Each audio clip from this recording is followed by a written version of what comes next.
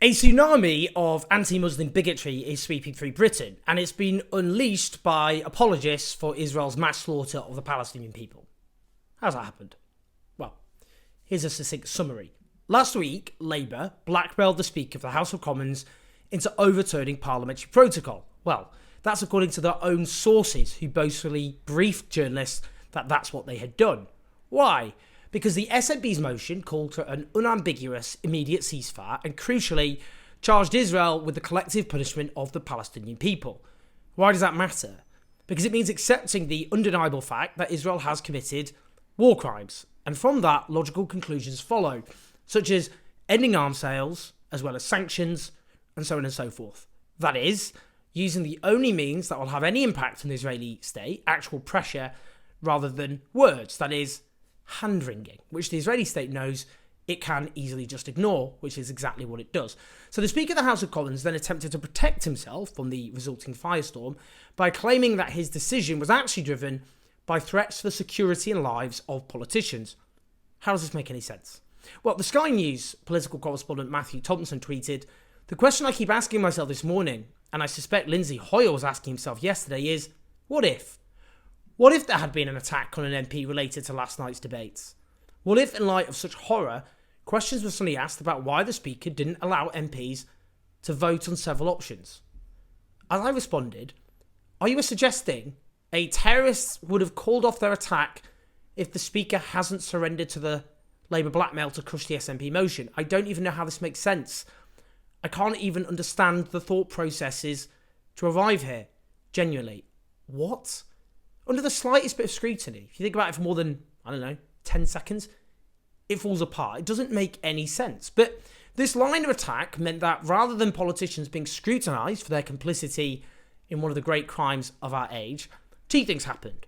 One, the story became about the need to even further shut down the right to protest, which has already been systematically criminalised and demonised. I'll do a video on that in its own right because it's extremely important. And two, it inevitably opened up an anti-Muslim firestorm. Why? Because Islamophobia is rampant and respectable in this country. And given there's a large Muslim contingent on these protests, understandably, given it is overwhelmingly Muslims being slaughtered in Gaza on a daily basis, it was obvious where this would lead. That is, it would become all about angry Muslim protesters who are dangerous and extreme Muslim protesters. So when the Labour and Tory party establishments and the media outriders, that is, those who call themselves centrists as well as right-wingers alike, when they endorse this narrative of MPs are threatened by dangerous and extreme Gaza protests, which is why we have to overturn parliamentary protocol for reasons, to trash motions condemning Israel for collective punishment, a tidal wave of Islamophobia inevitably followed. Now, the hard-right former Home Secretary Suella Braverman penned an article claiming the Islamists, the extremists, and the anti-Semites are in charge now. Literally a deranged, I think it's fair to say, conspiracy theory, claiming those that she describes as the Islamists are running the country. Now, if you're wondering how this deranged conspiracy theory could be penned, it is really very straightforward. The political establishment, Labour and the Conservatives, are demonising the protests against Israel's genocidal war in Gaza as being full of dangerous, hateful extremists. But how can you reconcile this claim with the fact that there are so few arrests, even as hundreds of thousands take to the streets? That indeed there are more arrests at large football matches. Well, obviously, you have to therefore invent a conspiracy theory to explain all this. It's not because these are overwhelmingly peaceful protests, families and so on, full of people who just object to mass slaughter and terrible injustice, and in some, one of the great crimes of our age.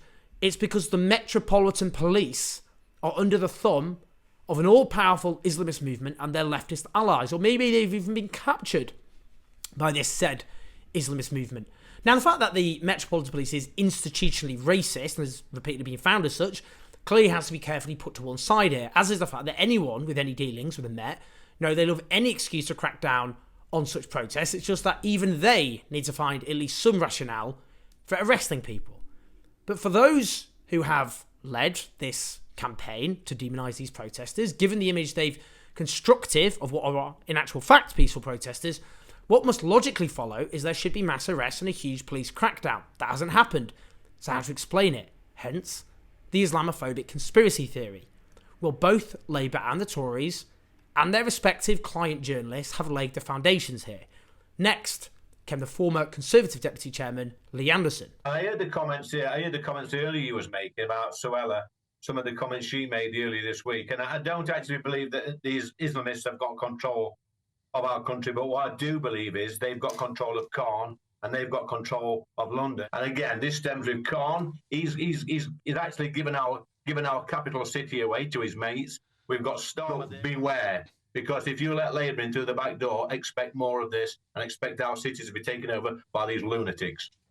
Just straightforward racism there. Smearing Sadiq Khan as the friend of so-called Islamists. That is the same Sadiq Khan, by the way, whose main advisors until recently were a gay man and a Jewish woman, who has one of the best records on LGBTQ rights of any politician in the country, and indeed who got threats from actual Islamist extremists for supporting the civil rights of LGBTQ rights, and who has a track record of opposing anti-Semitism and standing up for the rights of other religious minorities. Now, belatedly, Lee Anderson was suspended, but he didn't seem bothered about it, publicly stating, "I fully accept that they had no option but to suspend the whip in these circumstances," somewhat bafflingly adding, "However, I will continue to support the government's efforts to call out extremism in all its forms, be that anti-Semitism or Islamophobia." Okay, Lee. And has doubled down since, refusing to apologise, saying that would mean conceding he was wrong. And it's not only been briefed that he'll get the whip back, he's been repeatedly defended by his Conservative colleagues. Here's the former Cabinet Minister, Therese Coffey. I don't believe that Lee is in any way racist. However, I think he is very worried about a lot of the activity that's underway right now and how previous attempts to challenge it has not been successful, and we need to make sure in any form that we counter extremism. Here's Deputy Prime Minister Oliver Dowden. I don't believe that Lee Anderson said those remarks intending to be Islamophobic.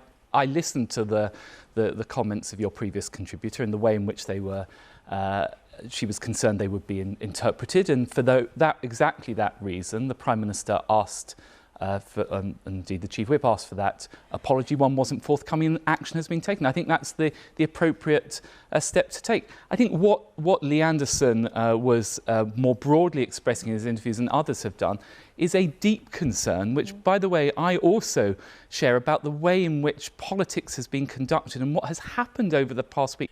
Crucially, they refused to take any action against Suella Braverman, given her Islamophobic comments, with Dowden saying they're in a different category. I don't believe that the language used by Suella Braverman has crossed the line whereby she should apologise for it. No, I don't. And saying the underlying point about threats from Islamic extremists, as he says, is right. Again, underlining where the demonisation of Gaza protests leads us to. So again, the Tory politicians have said that's what Lee Anderson's talking about, the threats to MPs from, i.e. Gaza protesters. Now, Tory MPs have also been sending WhatsApp messages condemning the suspension.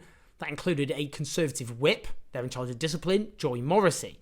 Well, again, you can see there just how much support he has for basically the Islamophobic comments. Not basically, the Islamophobic comments, he said.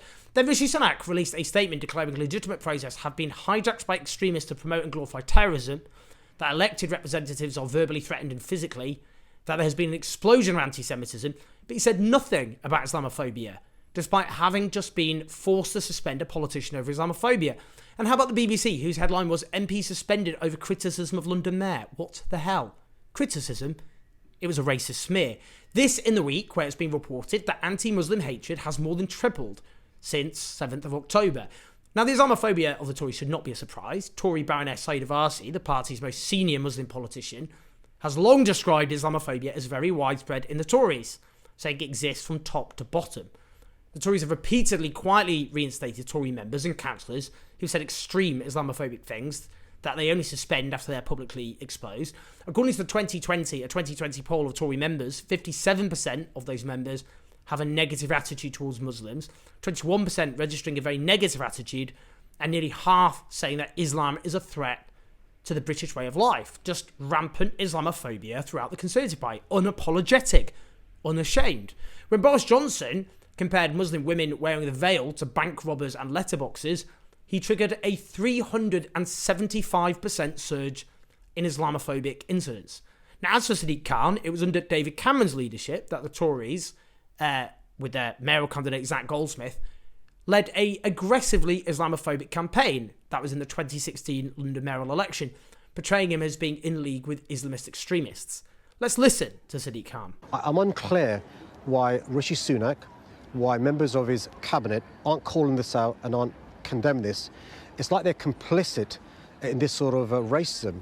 And I think the message it sends is Muslims are fair game when it comes to racism and anti-Muslim hatred. It's not good enough in 2024 in the United Kingdom. Well, that's absolutely correct.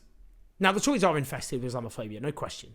So why hasn't the Equalities and Human Rights Commission launched an investigation into Tories about Islamophobia as they did over Labour and anti-Semitism? There's far more evidence of clear-cut Islamophobia from senior Tory figures and indeed grassroots members than anti-Semitism in the Labour Party. That tells you all you need to know. And these same people, the same who accused the left, the Labour Party, of being racist, are the same who either refuse to clamp down on Islamophobia or who actively fan it. Now, none of this lets Labour off the hook. They have their own dark history of Islamophobia before I even talk about the present. When there were escalating anti-Muslim hate crimes in 2006, including arson attacks on mosques and assaults on British Muslims, the then Labour Race Minister Phil Wallace declared that women who wear the veil could be frightening and intimidating. 4 years later, when trying to get re-elected in Oldham, his campaign printed a leaflet attacking the Lib Dems on the basis Wallace was strong on immigration, denouncing the Lib Dems for wanting to give hundreds of thousands, as it put it, of illegal immigrants the right to stay, accompanied by pictures of extremists holding placards such as behead those who insult Islam and kill those who insult Islam. He had his election disqualified by the courts on the grounds he stirred up racist tensions after he won by just 103 votes. When the party suspended him, multiple Labour MPs came to his defence and denounced the action taken against him. More recently, in the 2021 Batley and Spen by-election, which Labour only won narrowly, the Mail on Sunday quoted a senior Labour official saying Labour was hemorrhaging votes because among Muslim voters, because of what Keir Starmer had been doing on anti-Semitism, adding nobody really wants to talk about it, but that's the main factor. Deputy Leader Angela Rayner declared these comments were completely unacceptable and promised an investigation, which we never heard about ever again. A Labour source later claimed afterwards that Labour had lost the Conservative Muslim vote over gay rights in Palestine. Total nonsense. No one canvassing on any wing of the party there reported any evidence of gay rights being mentioned even once. And indeed, those same Labour voters were voting Labour when it was in government, introducing legislation giving equal rights to gay people, as if Labour now is somehow flying the flag on LGBTQ rights. Quite the opposite. According to a poll by the Labour Muslim Network, over 1 in 4 Muslim members of Labour had directly experienced Islamophobia, and a further large number had directly witnessed Islamophobia, with nearly half of Muslim members and supporters not believing the party took Islamophobia seriously. Now listen to this from Shadow Chancellor Rachel Reeves on the 10th of October last year. But I also know that many of you have concerns closer to home about the anti-Semitism, the anti-Zionism and the anti-Israeli feeling that is allowed to flourish in some communities in Britain. And so we stand alongside you here at home as well, and will ensure that the police do everything within their powers to hold responsible anybody who behaves in that way here at home. Look how she conflates the serious evil of anti-Semitism with what she calls anti-Zionism and anti-Israeli feeling, and calls for police crackdowns on this conflation. Looking forward, I have to say, for the authoritarian crackdowns when they're in power. But she says this is allowed to flourish in certain communities in Britain. Who's she talking about there? Which certain communities? Because a lot of people would hear that as a dog whistle, a reference to British Muslims. So here's the context. Both the Conservatives and Labour are complicit in Israeli crimes by virtue of Britain's role in sustaining those crimes, refusing to use its pressure, that is, by ending its arms sales, and its crucial diplomatic support. Labour's refusal to hold Israel responsible for collective punishment and its attempt to deflect scrutiny from the party's total moral bankruptcy of the mass slaughter of Palestinians by claiming the real extremists are those who oppose this crime, that has directly fueled a moral panic about protesters, which in turn whips up Islamophobia. That's where we're at. That's why there's a racist firestorm. And I'm afraid to say it's only going to get worse as the scale of Israel's crime becomes more obvious and the outrage at those who refuse to stand against it grows. Please like and subscribe. Do share this video. Keep the show on the road on patreon.com/OJOS84. Listen to us podcast. Feature soon.